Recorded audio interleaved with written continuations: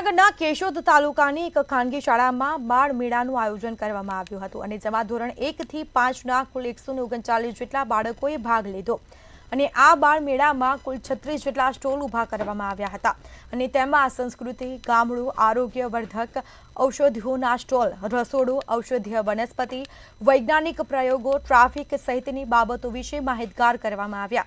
ધોરણ 3માં અભ્યાસ કરતા એક વિદ્યાર્થીએ સૌથી નાના વકીલનો અભિનય કર્યો અને લોકોને પૂરતું મનોરંજન મળી રહે તે માટે અહીં જાદુના ખેલ પણ વિદ્યાર્થીઓ દ્વારા બતાવવામાં આવ્યા હતા અને વિદ્યાર્થીઓએ પોતાના અભિનય દર્શાવી લોકોને મંત્રમુગ્ધ કર્યા હતા।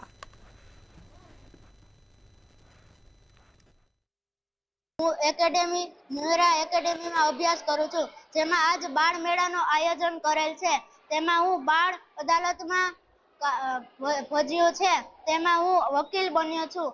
આમ બાળકમાં રહેલી વિવિધ સુષુપ્ત શક્તિઓને જાગૃત કરવા માટે ન્યુરા પ્રોફેસર એકેડમીના ધોરણ 1 થી 5ના 139 બાળકોનો એક બાળ મેળાનું આયોજન કરેલું હતું। આ બાળ મેળાની અંદર 39 જેટલા ઇવેન્ટો ની અંદર ભારતીય સંસ્કૃતિ, બાળકમાં રહેલી આર્ટ, જાદુગર, ખાણીપીણી જેવા અનેક સ્ટોલો કરેલા હતા, જેની અંદર બાળકોએ પોતાએ ખૂબ મહેનત કરી અને દરેક સ્ટોલને ખૂબ સજાવ્યા હતા।